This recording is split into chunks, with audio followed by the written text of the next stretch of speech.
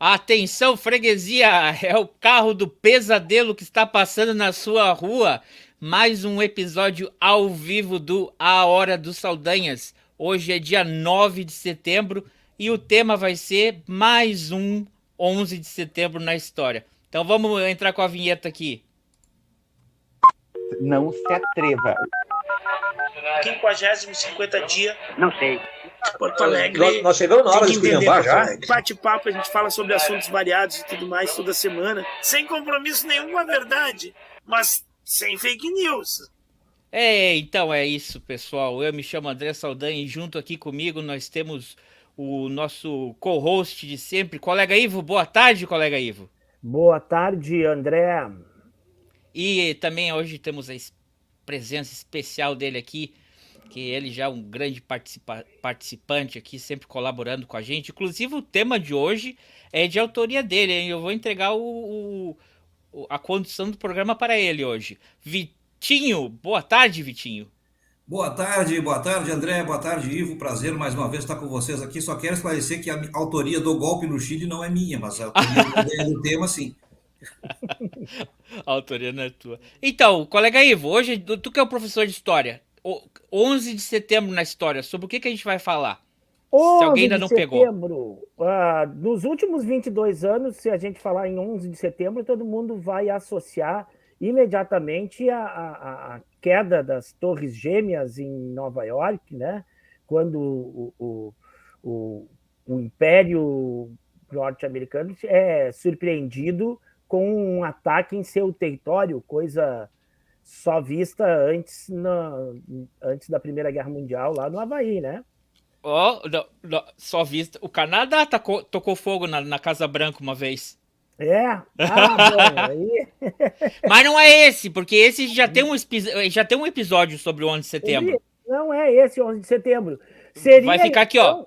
ó. Aqui em cima vai estar... Aqui, não vai aparecer. Vai na descrição se você quiser assistir esse episódio.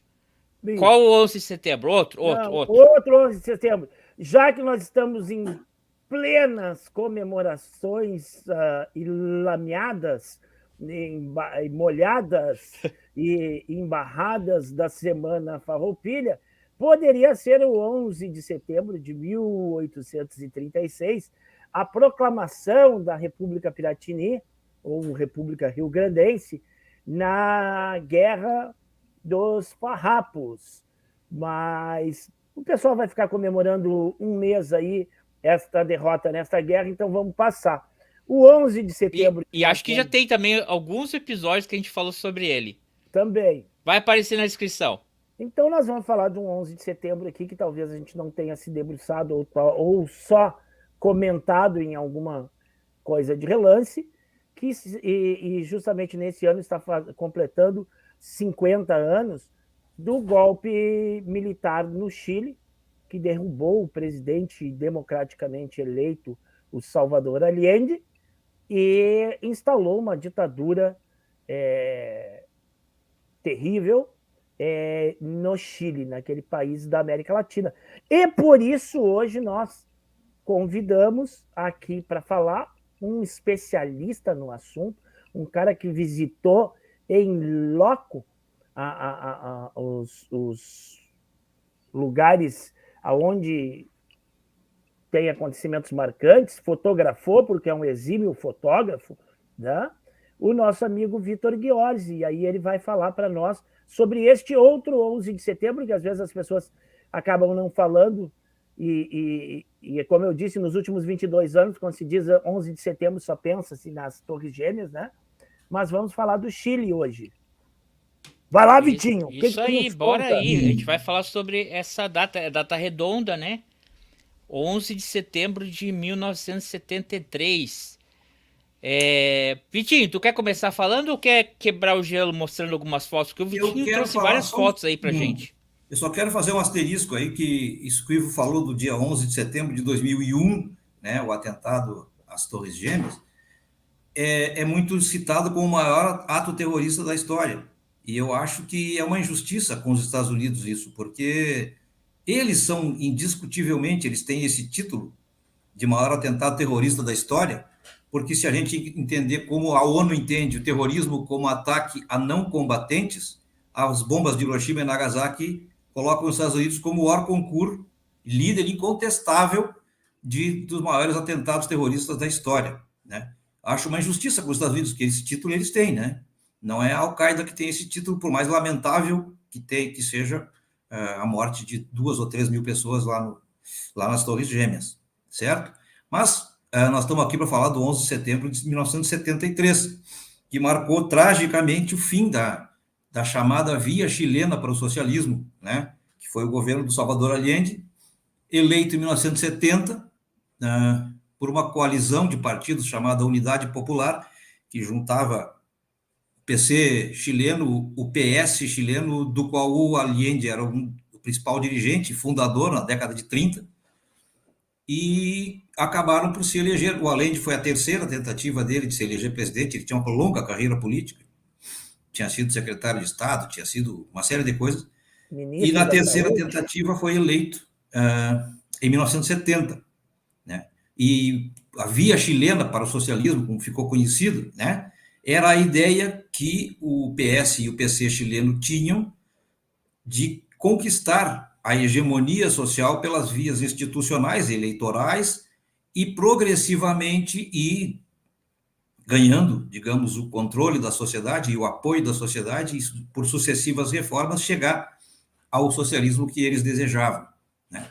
Isso ficou conhecido como via chilena para o socialismo. E o início o período que antecedeu a eleição do Allende e a própria eleição, né, foi um período muito efervescente na história do Chile.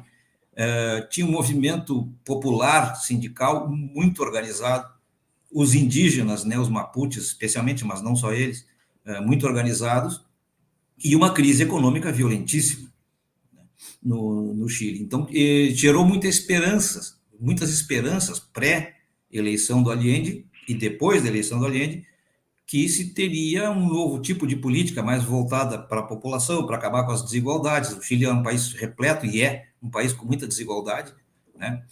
E tudo isso tinha reflexos na cultura. A gente vai mostrar depois algumas fotos aí de expoentes da cultura, especialmente da música chilena, no qual isso se manifestava, né? A Violeta Parra, o Vítor Jara, que foi assassinado, vamos falar mais disso depois, foi assassinado alguns dias, 4 dias depois do golpe, né? Vítor Jara era um cantor filiado ao PC chileno, conhecidíssimo no Chile e no mundo todo, né? As bandas, não se chamavam bandas, né, na época, mas Quilapayún, Inti Illimani e outros expoentes da música chilena, isso tudo se refletiu, né? A gente vai mostrar umas fotos, não sei se a gente mostra agora, André, e depois retoma.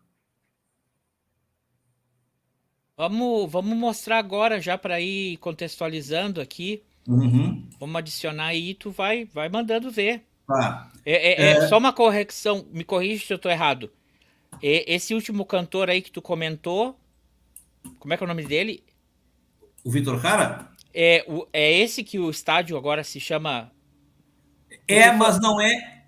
Mas não é. No seguinte sentido.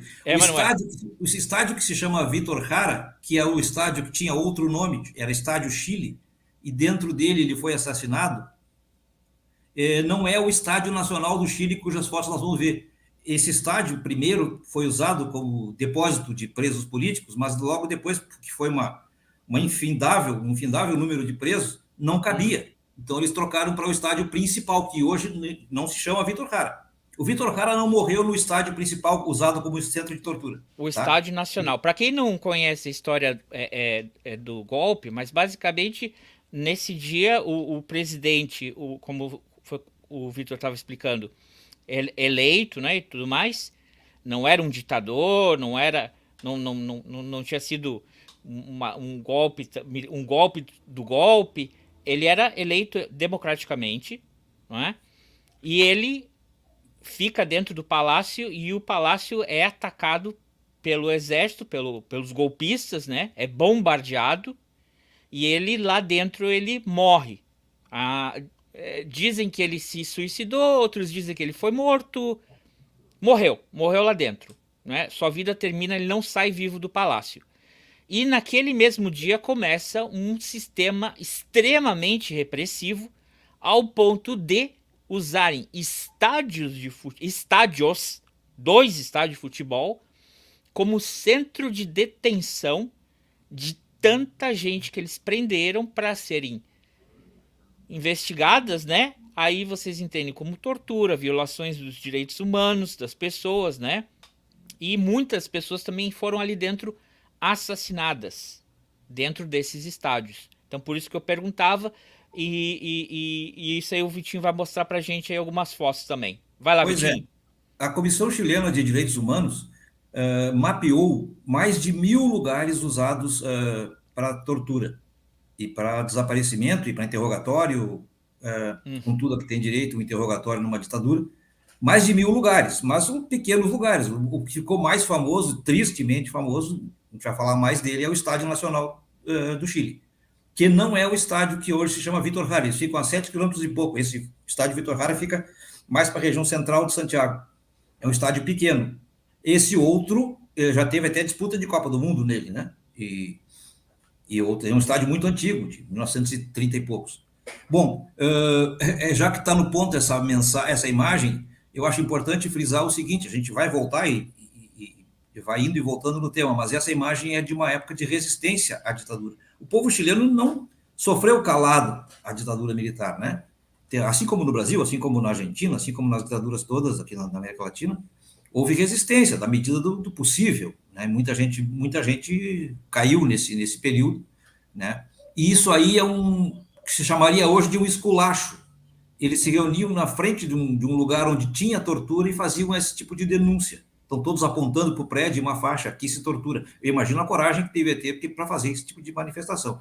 Isso é uma foto de uma foto. Essa foto está nas paredes do Estádio Nacional e, lamentavelmente, não tem, eu não sei detalhes, não tem lá, e nem o autor da foto, que é uma pena, porque é uma foto muito poderosa, muito, muito forte, né? Então, vamos adiante, André? Bora! Passa aí a foto. Eu posso passar aqui, né? Tu pode passar Isso é a uma foto. foto tirada da internet. Este é o Vítor Jara, cantor chileno, muito conhecido, né? E numa apresentação no período pré-golpe, né? Houve, como eu já disse, um ascenso popular muito forte, que desembocou, né, na unidade da esquerda chilena, chamada Unidade Popular, com 7 ou 8 partidos, e a vitória do Allende. Esse é o Vítor Jara, depois assassinado no Estádio Chile, né, que hoje leva o seu nome. E aquilo que eu falava, dos reflexos da cultura, né, na mobilização e da organização popular. Esta é a Violeta Parra. Essa foto é minha, tirada no Museu Violeta Parra, lá em Santiago, certo? Essa é uma foto dela histórica. Esse museu é interessante porque a Violeta Parra, antes e depois da sua vida conhecida como compositora, como cantora, ela era artista plástico, foi durante muitos anos. Esse museu tem muitas obras dela, belas obras, né? Esse é o museu que fica em Santiago, lá no Santiago do Chile. Ó, temos aí o professor Léo aí dando o ar da graça, falando: oi, tô aqui embaixo das cobertas aprendendo com esses 3 lindos. Uma coisa que a gente não falou, a gente falou um pouquinho, mas nossa solidariedade aí pro pessoal do Rio Grande do Sul que tá sendo castigado com essas chuvas aí, com essas inundações. Lamentavelmente temos aí 46 pessoas falecidas. 41 por enquanto. 41 e 46 é o número de pessoas desaparecidas, né? Tem desaparecido bastante. Nossa solidariedade aí, e onde não tá chovendo tá frio. Deve ser onde muito tá o especialmente Léo. a região do Vale do Taquari, aqui no Rio Grande do Sul, e da Serra, né? Muito atingida. Eu vi uma foto que me impactou, porque é o colégio onde eu estudei na minha juventude, lá em Lajeado, e eu morei em Lajeado por vários anos. Lajeado é comum, até um certo limite é comum haver enchentes, mas eu morei lá vários anos e nunca vi nada perto disso. Meu colégio estava com a água quase no primeiro andar. O colégio que eu estudei lá é um colégio grande, lá no centro de Lajeado. Então, eu acho importante isso, pensar em solidariedade, em ajudar como puder essas famílias que estão precisando de absolutamente tudo. Tem cidades que foram praticamente destruídas, cidades pequenas, e que a dificuldade vocês imaginam para reerguer, né? certo? O Certo. centro de Lajeado é relativamente alto, né? E É, distante um pouco do rio. Mas vamos lá. é impressionante. Bom, seguindo aí nos músicos, etc., esse na frente é o Vitor Cara de novo aqui, e cercando ele estão os músicos de um grupo chamado Quilapayún, muito conhecido e que existe até hoje, né? Um integrante ou dois morreram, mas o grupo existe até hoje e é interessantíssimo. Você sabe que em 2019 houve um poderoso movimento de rua no Chile, né? De passeatas, que eram várias reivindicações diferentes, mas todas ligadas às consequências do modelo econômico do Pinochet, né? A gente vai ver daqui a pouco a Constituição do Chile, que até hoje é a Constituição do Pinochet, de 1980, né? Então, imposta pelo Pinochet. E esse grupo tocava nessas manifestações. Tem vídeos na internet que pode ser acessado, né? Então, vamos adiante. Ó, essa é uma foto atual do grupo. Curiosidade, este rapaz aqui, que eu tô vendo meu cursor aqui, Não, o esse cursor a gente não consegue ver, Léo. Vitor. o quinto da esquerda para a direita, o mais jovem aí do grupo, ele se integrou ao grupo em substituição ao pai dele, o Willy Odó, o nome dele é Ismael Odó, porque o pai dele morreu. E esse grupo tem um registro, como todo grupo de várias vozes, tem um registro, né, uma matriz de vozes, e ele tem o mesmo timbre, o mesmo tom de voz que o pai. Então, ele ocupou literalmente o lugar do pai na banda, inclusive no registro vocal. É uma banda muito bacana, eu sugiro quem gostar desse tipo de música. Não é só o conteúdo histórico e político que é bonito, mas a instrumental, o vocal deles, as composições são muito, muito bacanas. Sugiro bastante veementemente que quem gosta de música e porventura não conheça, Quilapayún. Bom, aqui a gente tem fotos que eu fiz numa visita lá no Estádio Nacional do Chile. Sou obrigado a confessar que são fotos de celular porque eu me atrapalhei e deletei as fotos do cartão da máquina desse dia. Isso? Eu tenho foto dos dias anteriores e dos dias posteriores, e desse dia, por algum motivo, em alguma barbeiragem que eu fiz, eu perdi as fotos. Então eu só tenho fotos de celular. No detalhe, vemos a Simone ali no canto da foto. No detalhe, tem a Simone e o seu óculos ali, né? Ó, eu vou dar uma dica pra ti. Era proposital pra ela aparecer ali? Não. Ou tu podia ter dado um passinho pra frente, tu não tinha pego ela ali. É que assim, fotógrafo amador é terrível. O cara comete cada erro que eu vou te contar. Eu estava pensando no estádio e não olhei para o cantinho da foto, mas é verdade. Não, eu tô brincando. É que às vezes outro dia eu tirei uma foto linda do pôr do sol. Olha essa foto aqui, Vitor. Aí ele.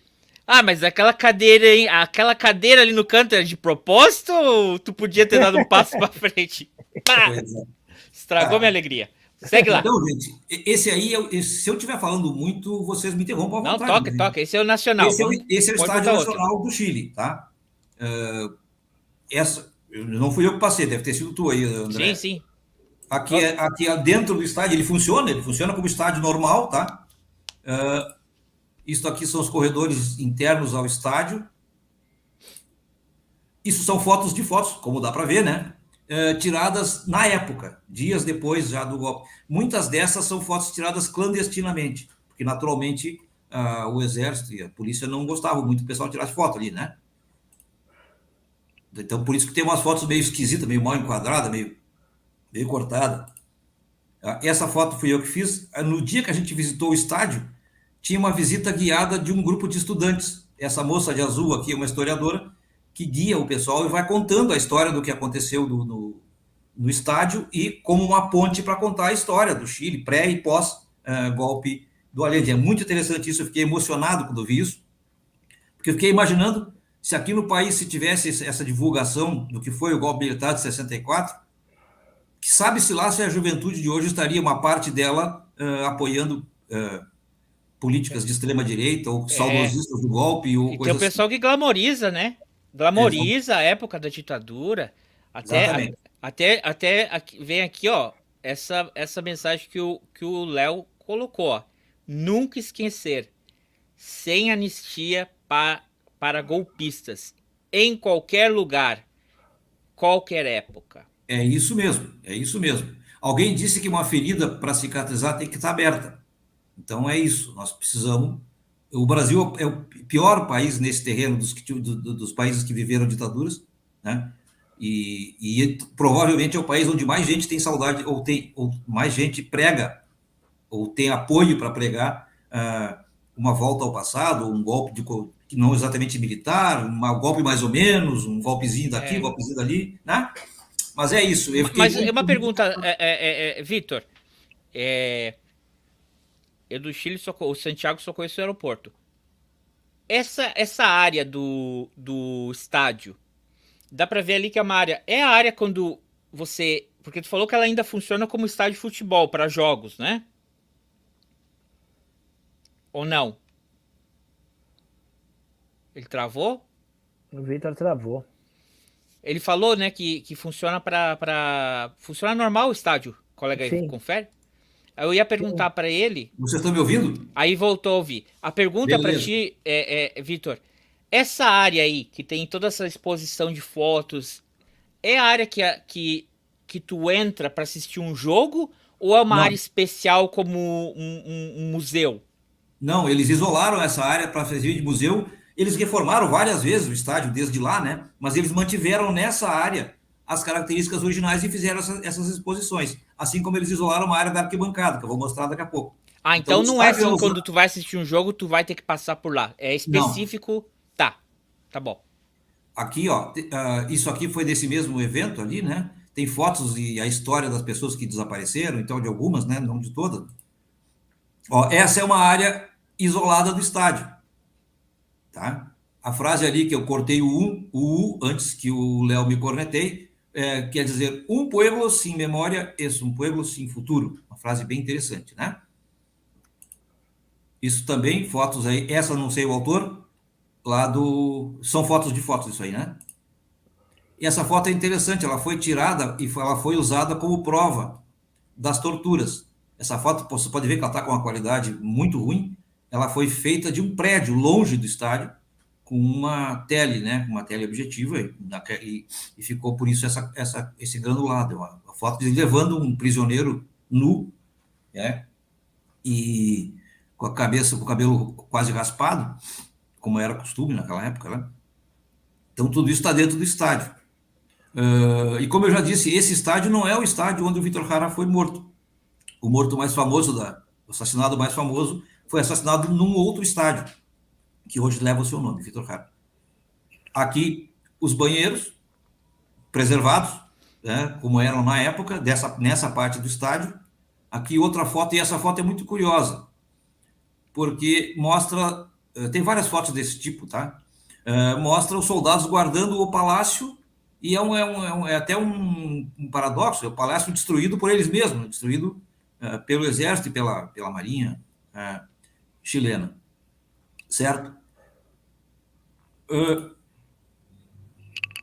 Bom, eu acho que a gente volta um pouquinho. O que vocês acham? A gente não falou muito do governo Allende, do dia do golpe. Do dia do golpe. Eu tinha algumas coisas para ponderar contigo, Vitinho, a respeito do golpe, né? Elementos que constituem o golpe, né? Para que ele tenha sido bem sucedido, né? Bem sucedido para azar e para tristeza do povo chileno. Mas o tripé de um golpe. Conte para nós o tripé de um golpe. A participação das Forças Armadas como um todo, todas as Forças Armadas chilenas estavam envolvidas no golpe, né?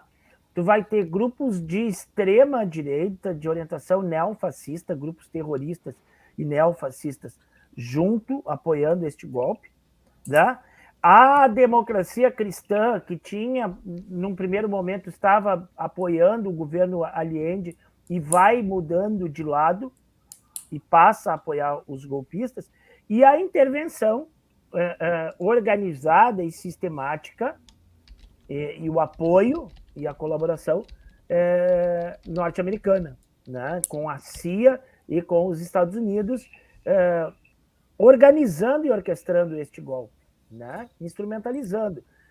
A gente tem que ver assim, ó, o governo ele se desestabiliza a partir de uma série de ações intencionadas de contra-informação, vamos dizer assim. O que hoje a gente poderia taxar que se usa com as redes sociais e as fake news, lá tu tinha... eles mantinham em toda a América Latina, inclusive no Brasil, eles atuaram dessa forma, criando institutos educacionais em que eles entravam para o interior do país com vídeos, com videoaulas, com cursinhos, tentando, vamos dizer assim, a pretexto de uma ação educacional, tu criar todo um aparelho ideológico contrário ao governo, né, difamando o governo e criando, né, aquele fantasma do comunismo, alertando e amedrontando as pessoas contra o fantasma do comunismo e tudo mais. Então, isso é toda uma estruturação ideológica que se pratica antes. E aí tu vai ter o aparelhamento material também, né? Tal qual no golpe do Brasil, de 64, tinha uma frota americana estacionada e os marines prontos para desembarcar caso desse errado o golpe, para que eles, a pretexto de defender os cidadãos americanos que se encontrassem no Chile, pudessem invadir. Né? Tinham aviões norte-americanos na base na Argentina, na fronteira com o Chile. Tá?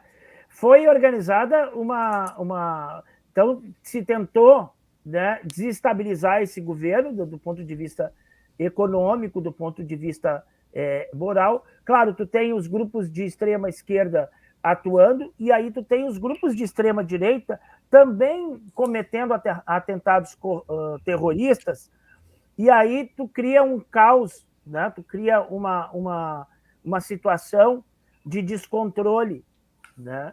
O Allende pedia um plebiscito para saber se ele botava um estado de sítio, colocava as coisas na mão do exército temporariamente para organizar. E os golpistas nem isso não queriam, né? A extrema-direita não queria nem o plebiscito, porque não queria que o povo decidisse a respeito disso, né? Então, esses elementos. Aí tem uma greve de caminhoneiros, né? Uma greve de caminhoneiros que vai desestabilizar o governo. Tá? Tu vai ter, então, essas adesões internas, né, de grupos neonazistas, neofascistas, de extrema-direita, a social-democracia, a democracia cristã, né, que é aquele povo lá, né, pátria, família, essa parte conservadora da sociedade, né, os famosos cidadãos de bem, vão aderir também a isso. Então, em nome de uma defesa da família, de valores cristãos e tudo mais, se aceita todo tipo de barbárie e de crueldade contra o seu próprio povo, né? Isso há de se pensar nessas coisas. Só queria levantar esses elementos aí. Estou muito errado, Vitor, nisso ou não? Claro que não. Quem sou eu para contestar o meu amigo historiador? Bueno, mas é isso, e em relação à influência norte-americana, que é bem isso que tu disse, é muito conhecido o filme aquele Desaparecido, um grande mistério, do Costa Gavras, Missing, né, em inglês. Olha, um filme que me deu um trauma quando era criança. O Jack Lemmon ganhou o Oscar, né, por causa desse filme. Esse filme foi premiado em Cannes, né? É baseado numa história real, né? É baseado numa história real de um norte-americano. Porque isso que o falou da influência é muito grande, né? E a desculpa para a influência era: vamos proteger os cidadãos norte-americanos. Só que tem um detalhe: tem um jornalista norte-americano que vai para o Chile antes da época do golpe, e ele vai para Valparaíso. Valparaíso era uma espécie de QG dos golpistas, inclusive com presença física de agentes norte-americanos lá e tal. A Marinha chilena foi muito importante para o golpe. E Valparaíso é um porto, né? E esse jornalista vai lá e entrevista muita gente, guarda esse material, e depois ele é preso e desaparece. Charles Horman é o nome dele. E o pai vai ajudar a buscar ele. Ajuda com a Nora, porque ela tá sozinha no Chile, e aí ele vai e... Esse filme, pra quem não viu, eu acho muito importante, cortou o Vitinho aí, enquanto eu vou falar aqui, esse filme, pra quem Alô? relativiza o golpe, esse filme ele dá uma pintura assim bem ampla. Ele é um filme que ele até censura 18 anos, porque ele tem cenas que são bem gráficas e ele não poupa a quem está assistindo o filme. Então, para quem gosta de relativizar a coisa, dizer que não foi assim, né, também que exageram, eu recomendo esse filme que o Vitinho tá falando aí, o Missing, o Desaparecido, né? Pois é, antes de eu cair, Tu eu estava cortou. falando. Você está me ouvindo? Estamos te ouvindo, segue, segue. Que é o pai desse rapaz, e esse é um ponto muito dramático do filme, e ele descobre que a própria embaixada dos Estados Unidos, para quem ele pediu ajuda, para saber do filho dele, está acobertando o que aconteceu devido às suas ligações com o governo, com a ditadura do Pinochet. Né? Então, o filme é muito interessante, muito impactante, não é? Mas eu queria voltar um Só pouquinho uma coisinha, Vitinho. Põe a canetinha do lado aí. Obrigado. O Ivo falou aí sobre a questão da crise, né? Dentro do o governo Allende assume e começa a tomar medidas de cunho social bem importantes e com um baita apoio social. Reforma agrária, que aliás a reforma agrária iniciou no Chile no governo anterior ao Allende, o governo do Eduardo Frei, que era da democracia cristã, né? Mas outras medidas, ele nacionaliza o cobre, que é o principal produto do Chile, nacionaliza bancos, né? E, obviamente, essas medidas não agradam. Agradam a população, mas não agradam aos poderosos, né? Que é o outro setor fiador do golpe, a grande burguesia chilena. Os donos das minas de cobre, os terratenientes, os donos dos latifúndios, né? E dos bancos, que se unem aí aos norte-americanos para sabotar o governo do Allende. Eu estava vendo ontem um podcast que a minha filha, a Bruna, me sugeriu, e é um rapaz que viveu isso na época e vive hoje no Brasil. Rodrigo Talovaro, uma coisa assim, não me lembro agora do nome direitinho dele. Mas ele disse o seguinte: uma das coisas que aconteceu, e o Ivo tocou nisso, é a questão do desabastecimento. As pessoas não achavam no supermercado as coisas básicas, né, produtos básicos que necessitam para o dia a dia, e atribuíam isso ao governo. Isso foi um dos motivos que desestabilizou o governo do Allende. Só que isso era boicote.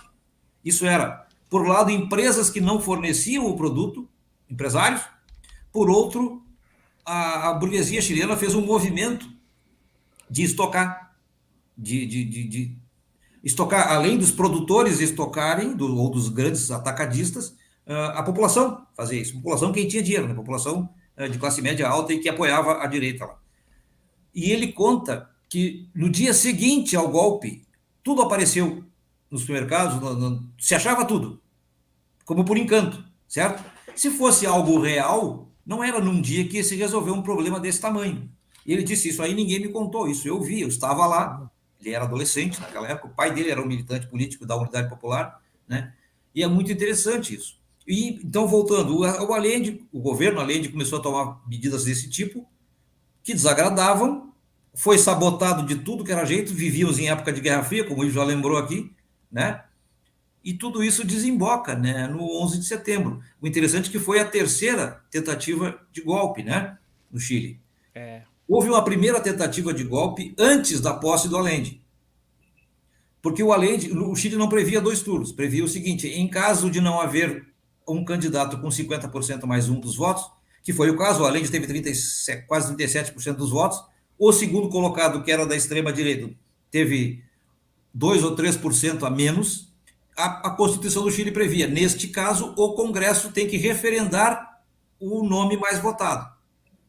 E é isso que dizia, isso não deveria ser polêmico. O Congresso fazia, que aconteceu isso muitas vezes, o Congresso se reúne e referenda o nome daquele que ganhou a eleição. Só que nessa situação deu polêmica, porque se tratava exatamente de um governo de esquerda, né? E então houve uma primeira tentativa de golpe para impedir o Congresso de referendar o Allende. E essa tentativa de golpe foi... É muito curioso isso, está disponível na internet, chamou... não vou me lembrar agora, teve um nome essa tentativa, e ela foi anulada pelo comandante das Forças Armadas, que tinha um sobrenome alemão, Schneider, se não me engano, antes ainda da posse do Allende. Muito bem. Antes de 1970. O Allende foi... Antes de maio de 70, se não me engano, foi maio de 70 que ele foi empossado, por aí. Bueno, esse sujeito, esse Schneider, acho que era René Schneider, aconteceu duas coisas. Primeiro, ele foi substituído no comando do Exército pelo general Carlos Prats, outro general legalista, antigolpista, e que sobreviveu ao fim do governo do Eduardo Frei e virou ministro do Allende, ministro da guerra do Allende. Depois, mais tarde, foi trocado por um certo Pinochet, né? Um pouco antes, alguns dias antes do golpe de 11 de setembro. Bueno, esse general Schneider, vocês imaginam como é que estava a situação na época. A direita armou um sequestro dele. A direita não, né, Vitinho? É sério? A direita não. É sério? Os Estados Unidos. Isso aí já está desclassificado. Beleza. Os Estados Unidos tentou sequestrar ele, não conseguiram e mataram o cara. Não tenta livrar. Não, o que eu quero dizer é que quem executou foram os chilenos, tá? Quem executou o sequestro. A ideia era provocar um fato para desestabilizar tudo, para justificar. A gente conhece a história, né? Provocar alguma coisa caótica, alguma coisa que precipitasse e desse a cobertura, entre aspas, legal e política para um golpe. E ele resistiu ao sequestro. Eu não tinha combinado com ele, pelo jeito, né? Ele resistiu ao sequestro e foi morto, esse Schneider. Muito bem. Então, esse foi o primeiro. Espera aí um pouquinho, respira um pouco, Vitinho. Ó. A Yara Regina está aqui, ó, comentou. Oi, padrinho, Vitor, Ivo e todos. Sabem se esse filme, o Missing, está disponível nos streamings da vida? Enquanto eu dei uma olhada rápido aqui, Yara, ela quer rever. Ele está na Amazon Prime, você encontra ele. Não sei se tiver algum outro streaming, quem sabe se alguém aqui botar nos comentários a gente consegue desvendar isso aqui. Mas na Amazon ele tá. E aqui no nosso canal tem uma playlist que chama Locadora dos Saldanhas. Às vezes alguns filmes eles ficam disponíveis no YouTube. Se ele ficar disponível, é um filme que vai subir para a locadora. Igual tem na locadora tem um documentário completo sobre o Estádio Nacional, que tá lá, que vocês podem assistir. O Massacre do Estádio? É o Massacre do Estádio? Eu não lembro bem o nome do documentário, mas tá lá, é o último adicionado. E mais um comentário aqui, a Lília Correia falou: e aí, guris sapientes, aprendendo um pouco com vocês. Muito legal, abraços. Obrigado, Lília, obrigado, Yara, obrigado para todo mundo que tá ouvindo aqui. Se vocês gostaram, deixe seu like, deixe seu comentário, compartilhem isso para que mais pessoas possam estar revivendo essa data. É importante porque eu vi uma pesquisa, parece que 1 em cada 4 pessoas no Chile se importa com essa data, né? E a gente não é chileno, mas como o Léo falou, golpe, onde quer que seja, não tem que ter anistia, a gente não pode esquecer, né? Outra coisa também que eu vi um comentário numa dessas postagens do Chile, porque muito aconteceu ali, eu vou deixar para aquela parte ali da foto, quando tu falar da foto das meninas. Quem sabe, mostra aquela foto ali, Vitinho, ou tu quer acabar com essa parte do golpe e do pré-golpe? Só para terminar, é o seguinte, houve uma outra tentativa, 3 meses antes do 11 de setembro, chamado El Tanquetaço, porque se usou muito tanque, né? E que foi também abortada pelo general legalista Carlos Prats, que tinha sucedido o Schneider, aquele que eu falei antes, né? E duas coisas, esse Carlos Prats foi assassinado na Argentina pela polícia da ditadura, pela DINA, né? Que é o órgão de repressão da ditadura do Pinochet, na Argentina em 74, esse Carlos Prats, né? E ele foi substituído por um conhecido Augusto Pinochet, né? alguns dias depois desse tanquetaço. Por curiosidade, nesse episódio, que foi em junho de Que nem era um 73, top, né? Ele não era o concurso nas ele Forças era comandante Armadas. das Forças Armadas. Não, mas Ele, ele não era um cara que era lá ele foi subindo porque foi um caindo, foi um o morrendo, Pinochet foi. ou o Carlos Prates? Não, o Pinochet. Ah, sim, ele foi subindo gradualmente lá, não, mas Ele nunca ele, foi ele, um top escalão, ele era um o Carlos Prates mequetrefe. foi obrigado a renunciar e o Pinochet foi o escolhido tragicamente para substituí-lo. E, curiosamente, nesse episódio do tanquetaço, em junho de 73, isso dá para encontrar na internet, teve um repórter argentino que estava filmando uma manifestação e a repressão, que filmou a própria morte, porque dá para ver, o vídeo está disponível no YouTube. Ele está filmando e uma determinada hora um militar aponta uma arma para ele e a câmera cai. Assim, ele filmou a própria morte, um repórter argentino. Mas, assim, eu acho que é importante ainda colocar uma questão que não sei se vai dar tempo depois, que é o Chile foi a primeira experiência neoliberal de economia, né? Desmentindo Mas um espera aí, pouco. vamos chegar lá que isso é mais pro final da Tá conclusão bem. da coisa. Volta ali um pouquinho da história. Eu só Volta ali nas queria fotos. contextualizar aí, o Vitor falou que eu contextualizei, não contextualizei para os mais jovens que estão nos assistindo, porque esta intervenção norte-americana tão grande na América Latina nos anos 60 e 70, tá? É pelo contexto mundial, contexto internacional da Guerra Fria, né? O mundo ele é bipolar, o mundo é dividido entre o bloco capitalista liderado pelos Estados Unidos e o bloco socialista liderado pela União Soviética, né? E alguns países que não se alinhavam, o famoso terceiro mundo. A área de influência dos Estados Unidos, além de outros países, o campinho, o terreno, o pátio norte-americano era a América Latina como um todo, né? Então a área de influência toda era a América Latina. E nós tivemos aí 10 anos antes da eleição 11 anos antes da eleição do Allende, a Revolução Cubana, né? Em 61, Cuba se alinhando à União Soviética, né? E isso era um grande pesadelo norte-americano.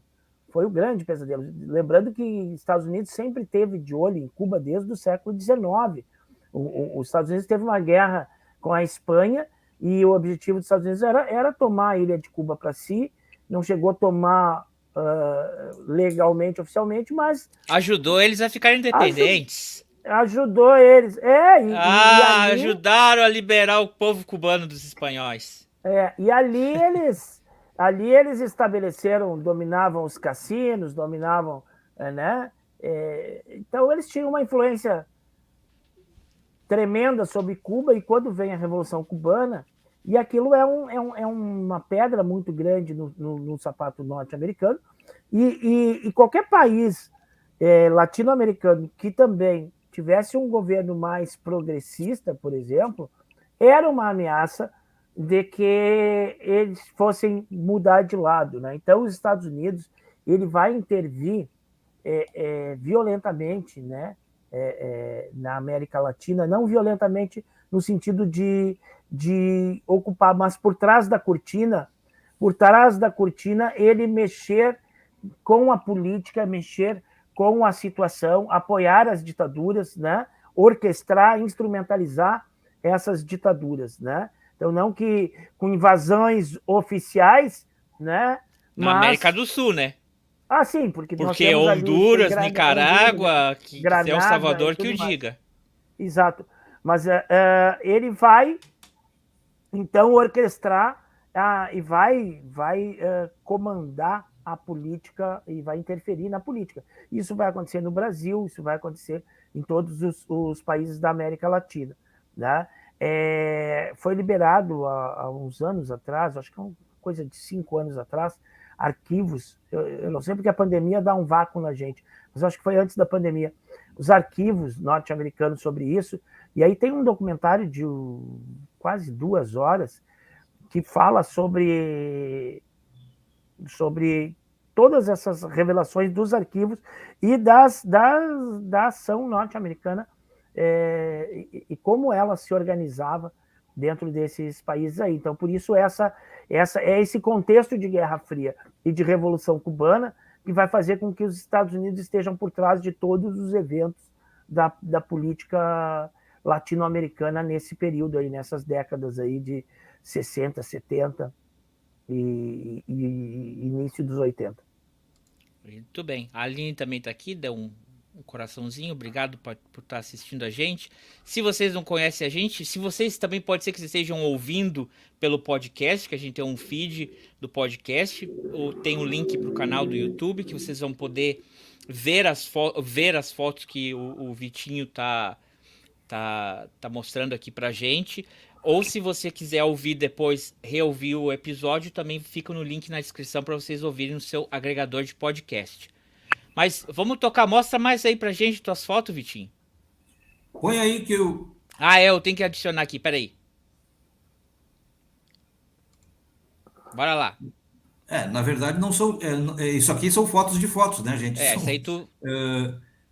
Essa isso aqui é uma obra de arte muito interessante que está lá no museu do próprio estádio, tá? Estádio Nacional do Chile.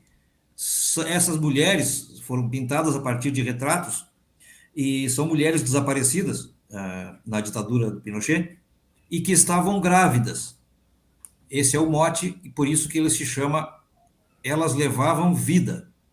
A autoria é desta artista chilena, Gracia Barrios Rivadeneira. É muito interessante e emocionante ver essa obra lá, ainda especialmente pelo lugar onde ela se encontra, no Estádio Nacional. Aqui são fotos ainda que estão lá, e são fotos tiradas dentro do estádio, né? São fotos de fotos. E aqui, nós já falamos dessa foto, né? Uhum. E aqui é o Museu da Memória e dos Direitos Humanos, no centro de Santiago. É um museu enorme, tem muitas instalações, obras, tem audiovisual, tem uma série de coisas. E isto aqui ocupa toda uma parede, ele tem 2 ou 3 andares. Aquilo que está no fundo ali ocupa toda uma parede, são fotos dos desaparecidos chilenos. Tá? Aqui nessa segunda foto dá para ver melhor. Né? Então, não sei se a gente já falou desse número, né? Os órgãos de direitos humanos do Chile estimam que houve mais ou menos 3.200 desaparecidos no Chile, assassinados e desaparecidos. Desses, mais de 1.000 ainda não foram encontrados, ou seja, não se sabe exatamente as condições em que morreram, foram assassinados, nem onde estão os corpos. É um troço terrível. Aqui no Brasil se estima em 400 pessoas, né, que foram desaparecidas da ditadura. Não que isso faça muita diferença, se são vidas humanas. Mas se tu for comparar a população do Chile e o tempo da ditadura, né, chilena e da ditadura brasileira, né, é verdade. É um número bastante significativo, né? Dentro da população, percentualmente dentro da população, ele é mais devastador, né? E na Argentina, que tem 10% da população do Brasil, um pouco mais do que isso, foram 30.000 desaparecidos, né? Isso está registrado com nome e tal, todo mundo, né? É uma coisa muito cruel. Muito bem.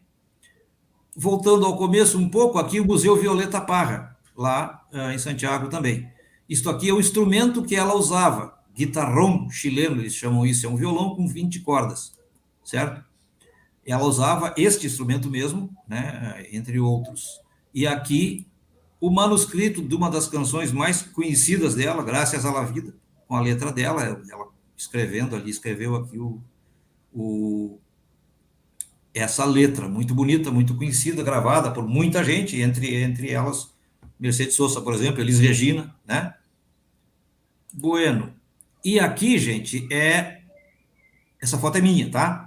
No fim de tarde, em Santiago, isto aqui é o rio Mapocho, é o rio que cruza Santiago, a parte central de Santiago.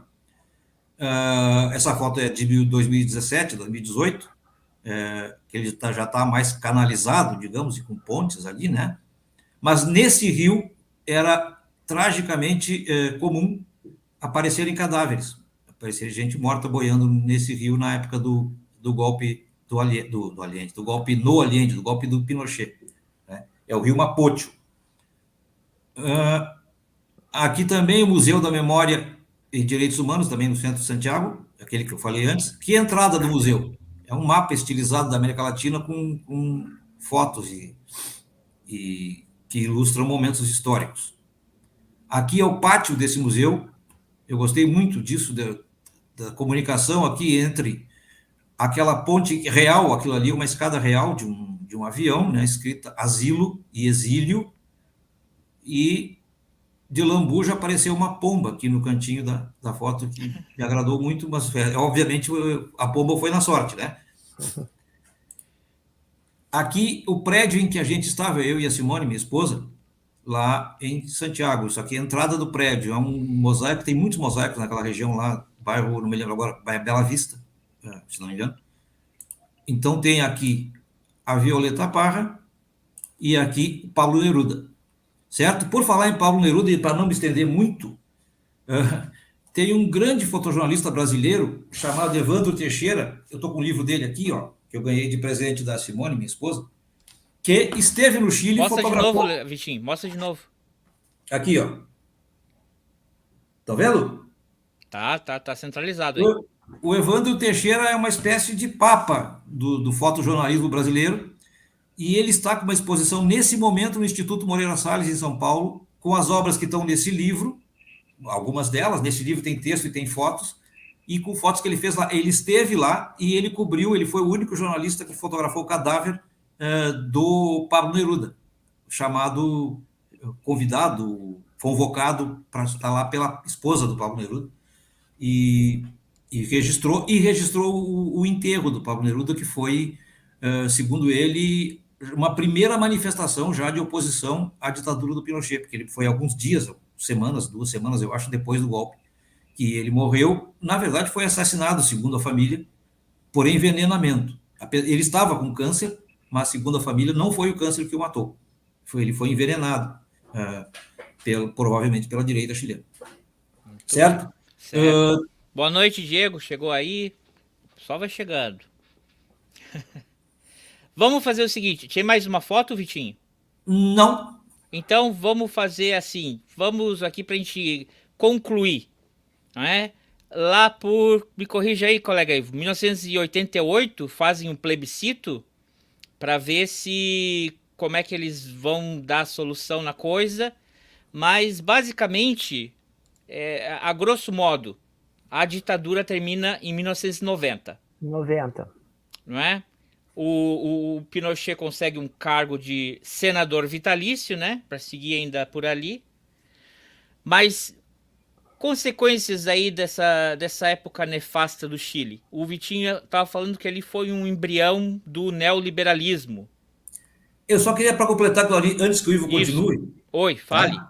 É impressionante isso, porque a gente fala em neoliberalismo, pensa na Margaret Thatcher, né? Que a amiguinha era muito amiga do Pinochet, se dava bem assumiu o poder muitos anos depois do Pinochet, né? Então, e o Pinochet exatamente tentou, porque assim, os golpes não são dados para nada. Os golpes são dados em função de um projeto econômico, político bem maior do que aquele episódio ali do golpe, né? Isso não é novidade para ninguém. E o que estava em jogo ali? Era as políticas sociais do Allende versus o futuro neoliberalismo, que é o que foi feito com o governo as primeiras medidas do governo do Allende, tentando anular o que foi feito de progressivo no governo, as primeiras medidas do Pinochet, tentando anular as medidas do governo Allende, liberalizando tudo, desregulamentando a cartilha neoliberal que a gente conhece, certo? Desemprego enorme no Chile, salários baixando adoidado, e o interessante, muita gente de direita diz o seguinte: não dá para negar que o PIB do Chile aumentou nos primeiros anos do governo Pinochet, o que é verdade. Só que o PIB de um país não quer dizer nada sobre a situação social daquele país, né? Se nós pegar nós três aqui e mais o Elon Musk, nós vamos concluir que a nossa média salarial é $100 mil por mês, sei lá. O que não quer dizer nada, né? Alguém disse que tem a mentira comum, a mentira deslavada e a estatística. Essa é a escala. Então, o PIB do Chile realmente aumentou, mas aumentou à custa do quê? Superexploração, desregulamentação, o sistema de saúde e previdência virou um desastre, e aí o Ivo vai falar daqui a pouco de 2019. 2019 foram mobilizações derivadas das consequências econômicas do regime do Pinochet. Os idosos do Chile sofrem, muitos idosos não têm renda, não têm aposentadoria, não conseguiram manter os seus planos, porque o Pinochet privatizou toda todos os planos de saúde e assim por diante. Eu acho que é preciso se dar conta disso. Olha, é mentira que o neoliberalismo ou que o liberalismo econômico é igual ao liberalismo político, é igual à liberdade, etc, etc. Nós temos dois exemplos, o do Pinochet e o da Thatcher depois, né? Que não chegou ao poder por um golpe militar, mas era um governo profundamente autoritário, né? E, então, eu acho importante... E para quem também, né? Porque a classe militar é que foi a mais privilegiada nessa época. Porque só um quando ele detalhe, todas as privatiza... reformas do Pinochet na Previdência e na saúde não atingiram os militares, que mantiveram os seus planos anteriores de saúde. E o cobre, ele sempre teve um fundo do cobre que era justamente para as forças militares e para, como é que eles chamam? Guermarderia? Como é que é a força... Gendarmeria. É, a força fascista deles. Que nunca, isso aí não podia ser tocado. E era um fundo, era tipo, a propina regulamentada em contrato que é privatizado, mas vocês têm que dar o nosso faz-rir aqui para as Forças Armadas e para a Polícia Militar. E que mais? Colega Ivo? Não, e isso vai desembocar em... Ataque à cultura, uma coisa, peraí, não sei se eu estou entendendo, mas ataque à cultura, ataque à educação, não é? Nesse tempo também. Então, agora em 2019 a gente tem, e eu acho que foi um pouco, parou, arrefeceu em função da pandemia, né? Mas a situação no Chile, bom, teve nova eleição, tem um novo presidente do Chile, né? Mas em 2019 a situação estava praticamente insustentável lá no Chile, né? E o que a gente viu foi manifestações de rua diárias e violentas, né? A polícia atirando bala de borracha, mirando nos olhos das pessoas, né? Numa truculência violenta, mas as pessoas na rua, justamente por um país que acaba ficando sem futuro, quando tu não tem uma previdência pública forte, estabelecida, né, segura, a pessoa deixa de ser produtiva, ela perde serventia na vida. Então tinha um grande número de suicídio de pessoas idosas, né, justamente porque não tinha perspectiva de vida, de pagar seus medicamentos, de pagar a sua alimentação, a sua moradia, né? Então, é uma situação bastante triste, né? E que é mais ou menos o que o capitalismo e o neoliberalismo ele imagina, né? Que tu é útil enquanto tu for produtivo. Onde tu deixou de ser produtivo, tu é completamente descartável, né? Quem tem que viver até os 100 anos é o bilionário, o rico. Este pode viver até os 100 anos. O trabalhador não, parou de trabalhar, deixa de existir, né? Não se dá uma garantia, não se dá uma aposentadoria que a pessoa vá viver o resto da sua vida em tranquilidade, né? Não. Então, esse sistema aí de previdência que gerou, basicamente, as manifestações do Chile, né? E também tinha uma proposta de reforma da Constituição, né? Eu não sei eles fizeram a eleição constituinte, elegeram... não sei a quantas anda. Estavam nessa. A Constituição do Chile ainda é a Constituição de 1980 do Pinochet, porque houve um plebiscito em que a população aprovou uma nova Constituição, foi feita uma Assembleia Constituinte, mas não foi uma Assembleia Constituinte sui generis, porque ela começou limitada. Tá? Tem coisas que ela não podia mexer, o que é muito estranho, porque a Assembleia Constituinte não é assim que se...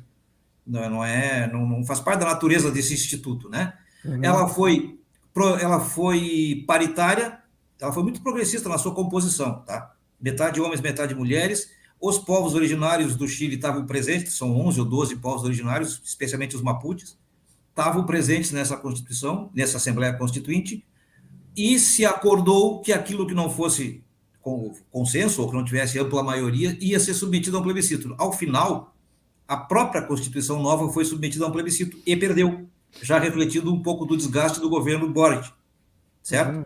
Então, o que acontece? Voltou atrás. A Constituição vigente no Chile hoje ainda é a Constituição do Pinochet.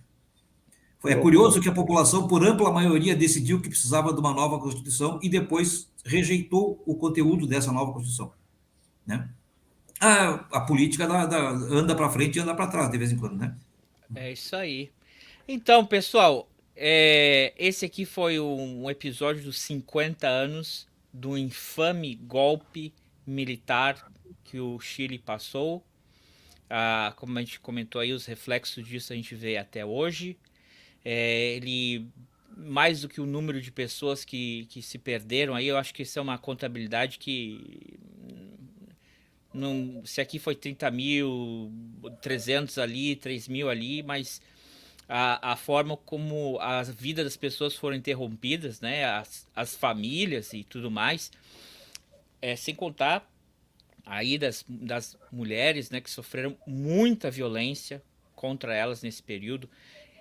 E é importante a gente estar conversando sobre isso.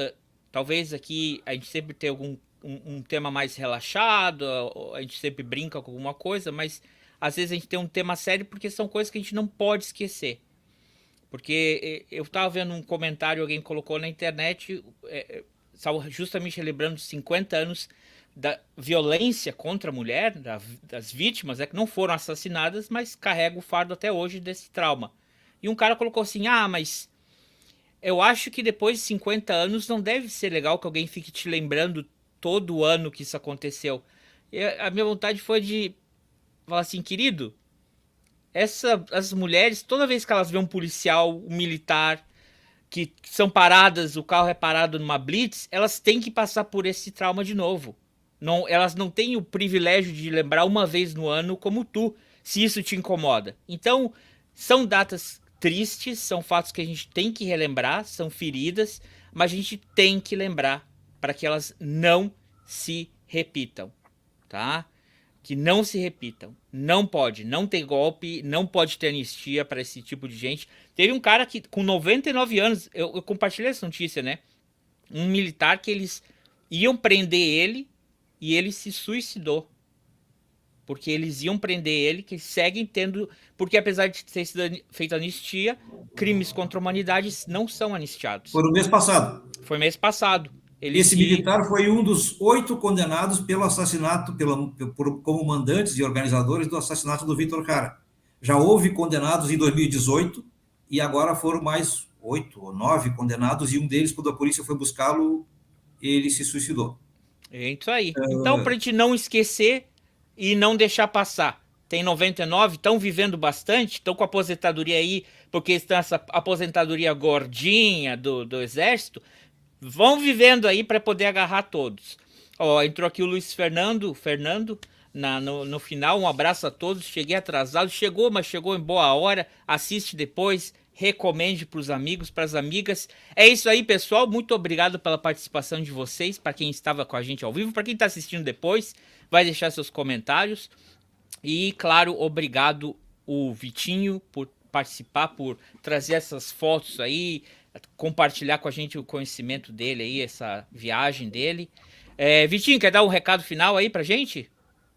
Quero, usando as palavras do nosso amigo querido Léo, não tem anistia, isso que tu falaste é bem isso mesmo. Vou colocar aqui. É preciso conhecer a história, porque quem não conhece está condenado a repeti-la da pior maneira possível. Então é isso, é sem anistia, é pau nos golpistas, porque isso aí não pode ser assim. E repito, é emocionante que no Chile as crianças, os adolescentes, os colégios, nos colégios seja dada esse tipo de informação e de matéria, que sejam levados aos museus que tem. Aliás, aqui no Brasil não tem um museu daquele tipo, em Santiago tem uns 3 ou 4, né? Então eu acho que é isso, a lição que fica é a seguinte, não dá para transigir com golpista, com ditadura, e eu acho que é isso.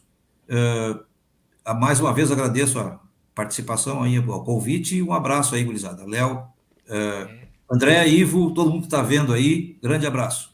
Olha, e o Vitinho tem, se vocês quiserem ver as fotos dele aí, outras fotos melhores que ele não apagou, sempre eu deixo aqui na descrição o perfil dele no Instagram, para vocês irem lá ver as fotos dele. Também sempre fica uma playlist das participações aqui do Vitinho, tem outras participações, mas até daquela vez ali, né, do conflito ali das Falklands, que aí o amigo Pinochet ajudou a amiga Thatcher ali, né? Também já falamos sobre isso uma vez. Mas fica aí, se vocês quiserem ver mais episódios com o Vitinho, fica aí uma playlist dele e sigam lá ele no Instagram, que ele sempre posta umas fotos bem legais. Colega Ivo? É isso, André. Foi o nosso 11 de setembro que não derrubou torres, nem proclamou repúblicas gauchescas, mas lembrou 50 anos do golpe militar no Chile. A história está recheada de acontecimentos importantes nos 11 de setembro. Aí, quem quiser pesquisar, pesquise. Né? Geralmente os impérios tomam um pau no 11 de setembro. Nesse caso aqui do Chile, não. Né? Nesse caso, o império acabou prevalecendo. O império contra-ataca. O império contra-ataca. Né? Mas tem vários fatos históricos aí dos 11 de setembro. Hoje nós pensamos os 50 anos do golpe militar do Chile. Obrigado, Vitinho, pela participação, pelas contribuições maravilhosas aí. É isso aí. Se você chegar até aqui, como eu já falei, se inscreva no canal se não é inscrito, deixe seu like ou deixe seu comentário se não concorda, se acha que a gente falou que tá errado e você acha que certo tava o Pinochet. Escreva nos comentários aí, o comentário é livre, assim como o choro. E para terminar aqui, vamos botar uma musiquinha, vamos ver se não vai cair, se o YouTube não derruba essa live. Essa música aí foi pedida do Vitinho. Fale sobre o que vai ser essa música aqui que a gente vai botar, Vitor. Eu imagino que tu vai colocar uma música chamada Canção del Poder Popular, do grupo Inti Illimani, é isso? É essa aqui. Essa música reflete muito bem o otimismo, né, dos trabalhadores, do povo chileno, com a possibilidade de acabar com o regime anterior e de obter conquistas, né? Ela virou quase um hino da unidade popular. Era cantada nos vídeos que a gente colocou aí, aparece ela. Então a gente encerra aqui com... Só para terminar, André, é uma frase belíssima do refrão dessa música. Dessa vez não se trata de trocar de presidente, o povo é que vai construir um Chile bem diferente. É isso, esse é o refrão dessa canção. Belíssimo. É isso aí. Fiquem então com essa música de encerramento. Abraço, tchau, tchau.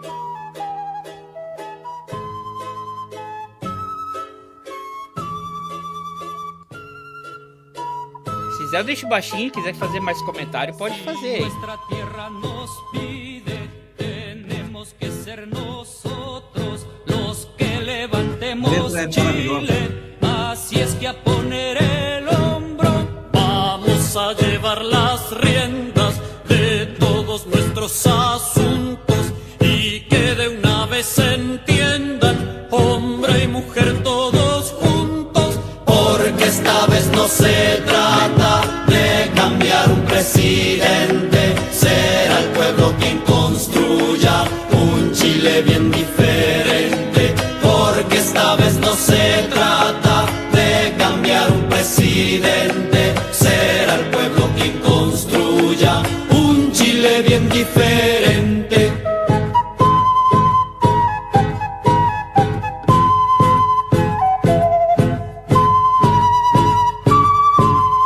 Todos vénganse a juntar, tenemos la puerta abierta y la unidad popular es para todo el que quiera. Echaremos fuera al yanqui y su lenguaje siniestro con la unidad popular. Ahora somos gobierno, porque esta vez no se trata de cambiar un presidente, será el pueblo quien construya un Chile bien diferente, porque esta vez no se trata de cambiar un presidente, será el pueblo quien construya un Chile bien diferente.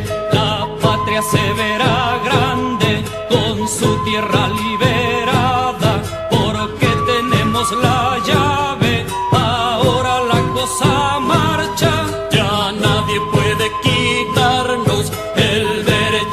ser libres y como seres humanos podremos vivir en Chile, porque esta vez no se trata de cambiar un presidente, será el pueblo quien construya un Chile bien diferente, porque esta vez no se trata de cambiar un presidente, será el pueblo quien construya un Chile bien diferente.